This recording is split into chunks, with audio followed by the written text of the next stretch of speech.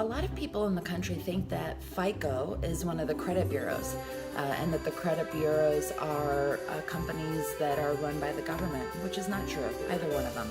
I wanted to kind of break down today what exactly is a credit score, okay? So you decide to buy a car, buy a home,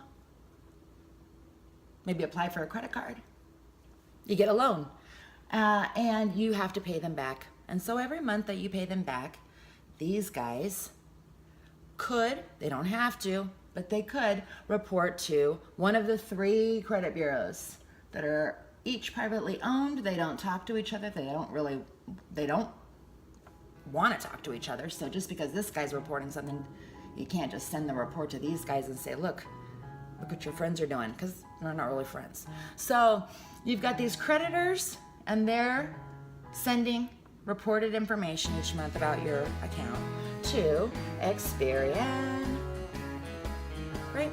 TransUnion, and Equifax. Okay, so we have 3 credit bureaus. Now, for the longest time, the 3 credit bureaus only had one company really to go back to, which was FICO. They've been the industry leader for almost always. Actually, they still are, because there's only been really one other competition, and that's been something that the 3 credit bureaus got together on and came up with in 2006, which was VantageScore. You've probably heard of a VantageScore. They look exactly the same as FICO, right? 350 to 850 is the scoring range. And you can kind of think of these guys as, you know, in high school when you would take a test and you would fill in that little boxes everywhere. You'd stick it in a machine as you were walking out of the class, and you would, it would say pass or fail, right? Well, the 3 bureaus go to these guys, these machines, and they stick in your reported information. And this algorithm, which FICO has about 50 different versions of their algorithm, depending on whether you're applying for a car or a home or a credit card. It just depends what kind of model these guys request. So they put in 1 through 50, put in the request. That's the sound of the algorithm taking the reported information, and they spit out a score. And the score is then given back to whoever the creditor was that asked for the credit score, and they determine how much they're going to charge you based on that credit score. So it's important to understand that.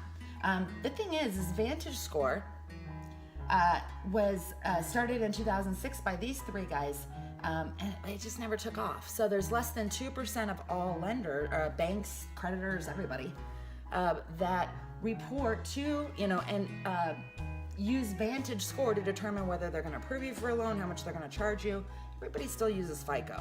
For a mortgage, Fannie and Freddie tell us who we have to use, and those aren't a couple of odd women. Fannie Mae, Freddie Mac. Not sure. They tell us we have to use FICO. Versions from a few years ago, from 02, 04, 05. Not using the ones that are more current. So a lot of times you see stuff on websites that say, on the new FICO model does not count medical collections into your credit. Well, unfortunately, the mortgage companies still make us use FICO. So you can go to myfico.com, and you can you can buy like about 28 different versions of your credit score, depending on if it's like a mortgage or a car or auto. So it's good to know that stuff. The big thing to remember is that these guys, although they look exactly the same, they have this kind of same scoring range, they are graded really, really differently. VantageScore really only adjusts your score if you get a mortgage 30-day late, where if you get a credit card late, any of that, VantageScore's not really going to take it into account. Where FICO, yeah, and no matter what, if you get a 30-day late, it could drop your score 100, 140 points. So a huge difference there. If you pay a collection, Vantage just drops it off your credit. You paid it, it's gone. Not counted into the algorithm. FICO, not the same. No, they are going to bring that collection date, which is the key about understanding your credit, is those dates. they're going to bring that date up to, they got to update the balance to 0. So in turn, they're going to end up updating the date of reported information. And if it falls back in that 24-month window of what your score is really based on, then, all of a sudden it looks like you just got a bad account. You really can't make those bad accounts good. So important to understand what you're looking at. You know why? Your lender, if you're buying a house, is going to tell you FICO. They're going to tell you your FICO score, right? Car loans, they use both. A little bit of mostly like TransUnion, but a specific auto score. But the key is that less than 2%, like I said, are using Vantage Score. Vantage Score is what you see on Credit Karma, ScoreSense, the free websites, all of that. It's not going to give you a really good idea of where your FICO score is, and that's the one that's pretty important to the amount you're going to pay for something. You don't want to pay more than your neighbor for a house.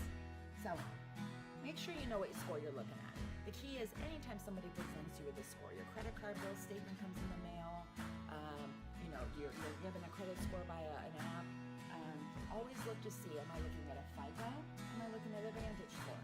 Am I looking at a FICO version 08 or 09? Am I looking at a consumer model from FICO? You don't really get your mortgage scores. You can on myfico.com buy the package of 28 scores and get your mortgage on there.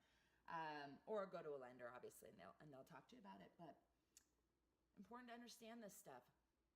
I hope you have a great day. Bye.